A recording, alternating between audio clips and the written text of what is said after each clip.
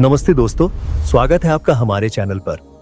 आज हम लेकर आए हैं एक ऐसी कहानी जो हर माँ और हर परिवार के दिल को छू जाएगी। ये कहानी है गर्भ संस्कार, एक प्राचीन भारतीय परंपरा जो न सिर्फ एक बच्चे के जन्म से पहले उसके जीवन को संवारती है, बल्कि माँ और बच्चे के बीच एक अनोखा रिश्ता भी बनाती है। तो तैयार हो जाइए, हम आपको बताएंगे कि गर्भ संस्कार क्या है, ये कैसे काम करता है और इसे आप अपनी जिंदगी में कैसे ला सकते हैं। चलिए शुरू करते हैं। भाग 1, कहानी की शुरुआत, रीना की जिज्ञासा। ये कहानी है रीना की। रीना एक 28 साल की खुशमिजाज लड़की थी जो हाल ही में मां बनने वाली थी।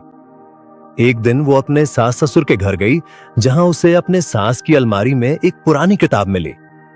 किताब का नाम था गर्भ संस्कार। गर्भ में संस्कारों की नींव। रीना ने किताब खोली और पढ़ना शुरू किया।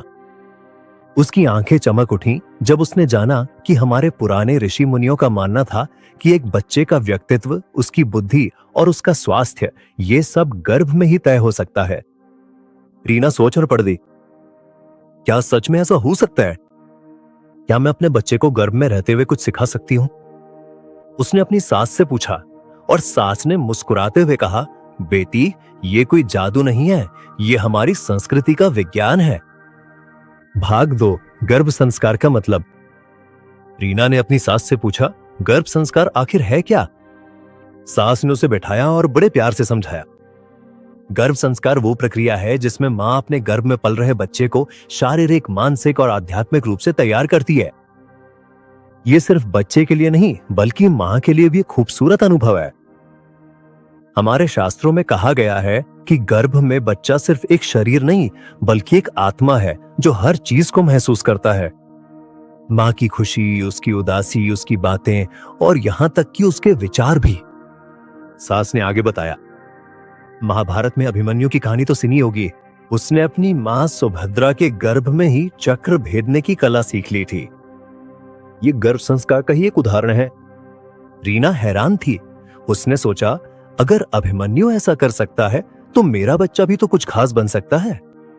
भाग 3, विज्ञान और विश्वास का मेल। रीना ने किताब को और गहराई से पढ़ा और फिर अपने दोस्त अनु से बात की, जो एक डॉक्टर थे। अनु ने उसे बताया, रीना, ये सिर्फ परंपरा नहीं, बल्कि आज का विज्ञान भी इसे मानता है। जब मां गर्भ में होती है तो बच्चे का दिमाग तेजी से विकसित होता है। वैज्ञानिक कहते हैं कि 20वें हफ्ते के बाद बच्चा सुन सकता है, महसूस कर सकता है। मां जो गाती है, जो बोलती है, जो सोचती है, उसका असर बच्चे के दिमाग पे पड़ता है।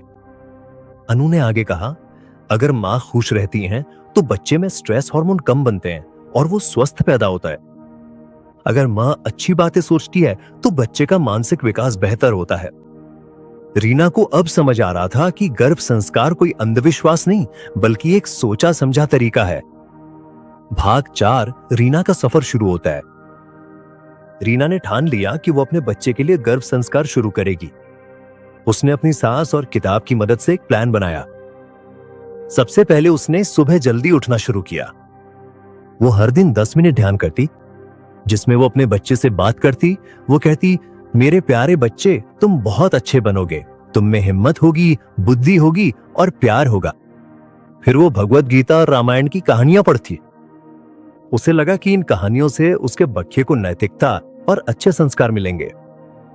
उसने शास्त्रीय संगीत सुनना शुरू किया, राग भैरवी, राग यमन, क्योंकि सुना था कि ये बच्चे के दिमाग को शांत करते हैं। रीना ने अपनी डाइट भी बदली। वो सात्विक खाना खाने लगी, दाल, सब्जियां, फल और दूध।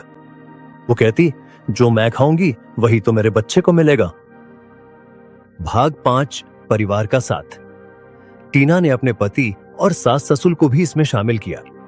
उसका पति राहुल हर शाम उसके साथ बैठता और बच्चे से बात करता। वो कहता, बेटा या बेटी, तुम हमारे घर की रोशनी बनोगे। सास हर दिन मंत्र पढ़ती, ओम नमो भगवते वासुदेवाय, और कहती कि इससे बच्चे को सकारात्मक ऊर्जा मिलेगी। एक दिन राहुल ने रीना से पूछा, यह सब करने से सच में फर्क पड़ेगा? रीना ने हंसते हुए कहा, पढ़े या ना पढ़े, लेकिन मुझे अपने बच्चे से जुड़ाव तो महसूस हो रहा है और ये अपने आप में बहुत बड़ी बात है।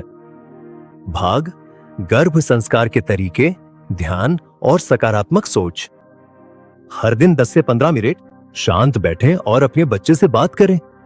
उसे बताएं कि आप उससे कितना प्यार करते हैं। संगीत और मंत्र, शास्त्रीय संगीत सुने या गायत्री मंत्र, ओम जैसे मंत्रों का जाप करें। इससे मां और बच्चे दोनों को शांति मिलती है। अच्छा, साहित्य, रामायण, गीता या कोई प्रेरणादायक किताब पढ़ें। बच्चा आपकी आवाज सुनकर सीखता है। योग और व्यायाम, हल्का योग जैसे प्राणायाम और गर्भ संस्कार के लिए बने आसन करें। इससे शरीर स्वस्थ रहता है। सात्विक भोजन लें, ताजा और शुद्ध खाना खाएं। तला भुना और बाहर का खाना कम करें। परिवार का सहयोग लें, अपने पति और घर वालों को शामिल करें। बच्चा सबकी आवाज पहचान का है। रीना का अनुभव और परिणाम। 9 महीने बाद रीना ने खूबसूरत बेटी को जन्म दिया। उसका नाम रखा गया संस्कृति। जब संस्कृति पैदा हुई तो डॉक्टर ने कहा कि यह बच्ची बहुत शांत और स्वस्थ है। रीना को लगा कि उसका गर्भ संस्कार सफल रहा। जैसे जैसे संस्कृति बड़ी हुई, वो बहुत समझदार और शांत स्वभाव की निकली। वो छोटी उम्र में ही कहानियां सुनना पसंद करती थी और अपनी मम्मी की आवाज सुनते ही चुप हो जाती थी। दीना आज भी कहती है, गर्भ संस्कार ने न सिर्फ मेरी बेटी को बेहतर बनाया, बल्कि मुझे एक मां के रूप में भी तैयार किया। समापन, दर्शकों से अपील।